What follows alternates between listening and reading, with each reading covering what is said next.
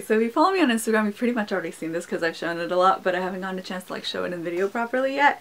So I just wanted to do it real quick.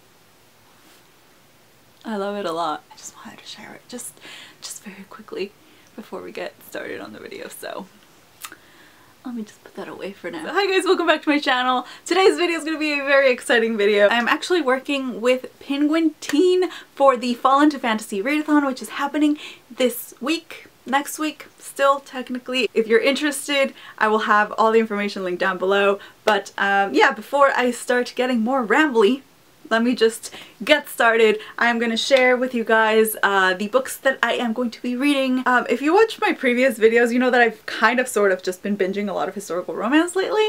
However, it's finally starting to feel like fall here in California. Like, it's made me really want to dive into fantasy again.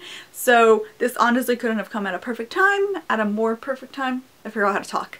You know what I mean. I picked my TBR for this readathon a little bit differently than I normally do. Usually I kind of like read the challenges and then I pick books to go along with the challenges. This time I actually picked the books and then I tried to see if I could fit them into the challenges, which I think is gonna be like something that'll work for me a little bit more because for these, first of all, I know that I already have the audiobooks available for all of them, which is key for me at the moment. I do most of my reading by listening to my books, so I already have that, and it's books that I genuinely am super excited to like jump into ASAP. So I have my list right here and we're gonna just, you know, tick boxes off.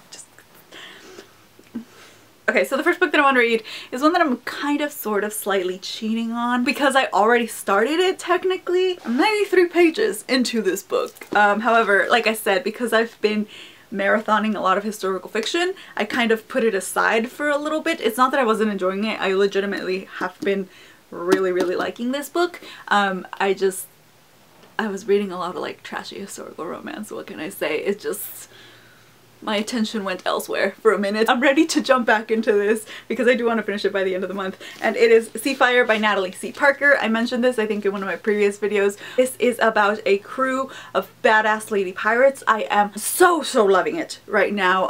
It actually, I got to like a pretty good part. I can't say it because I don't want to spoil it. But it's really great. The friendship in this is fantastic. So I'm using this for challenges 1, 6, and 3, which are a new series because this is a series and the first book just came out this year, so I think it counts. And then challenge number 6, which is a new fantasy, and challenge number 3, kind of sort of, I don't really want to use it for that challenge because challenge number 3 is the LGBTQ fantasy. I'm not really using it for the challenge because I don't think this qualifies, but I did want to mention that there is some representation in this. From what I've heard, personally, I haven't really gotten to the part, but from what I understand, there is kind of like a relationship between 2 of the girls in this book, but it's not like really a focus in the story. It's just kind of mentioned, so there is some kind of representation, but it's not the main focus of the story, if that makes sense. Like I said, I haven't gotten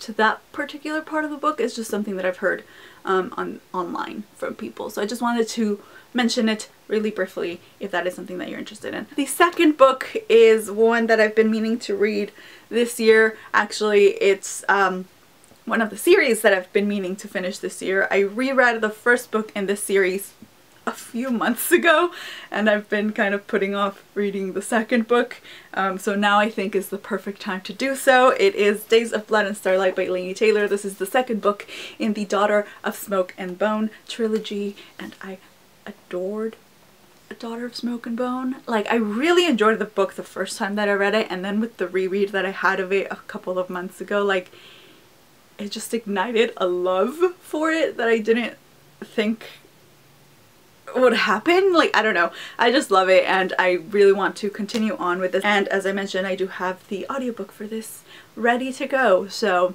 I should be good. Also because I do have more free time this week because it is going to be like a holiday week. So I'm going to have Monday off for sure and Thanksgiving for sure, and then obviously the weekend. So I do have a little bit more time, so I figured I could probably get away with reading like a slightly larger book because this is pretty big.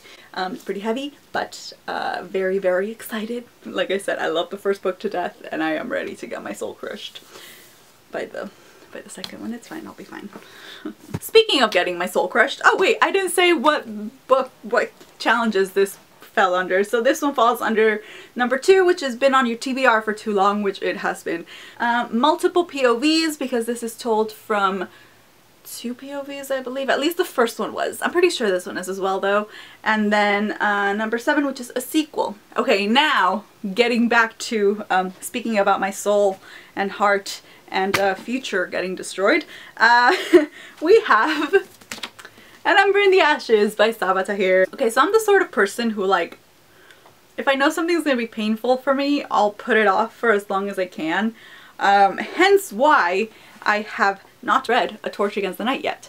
As much as I love this book, I already did read this book. I actually read it like the day before I met Sabaa for the first time. I got it signed and everything. Let me show you. And I loved it. It's so good. It was one of my favorites of the year, I think. And then when A Torch Against the Night came around, I was going to read it, but I went to the launch, which again, I got this signed by Sabaa. I've met her multiple times. She is so sweet and so kind, and she's just great, you know, except for the fact that she tries to like kill me and destroy me and laughs about it on Twitter all the time because she's like, I'm gonna kill a character. Or am I? We all have fun. It's great. She mentioned that the 3rd book was going to be postponed. I think it was like over half a year at that point.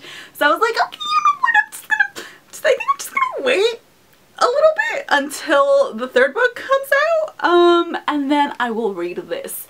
And then the 3rd book came out, which I have over there. I see it. That's gonna hurt me as well. I can see it, but I still haven't read this. So again, I'm using this readathon as an opportunity to, 1, just reread this because it's fantastic, and also I need a little bit of a refresher because it has been a hot minute, and then also dive into this. These count for been on my TBR for far too long. Mostly this one, not so much this one, because like I said, I already read it.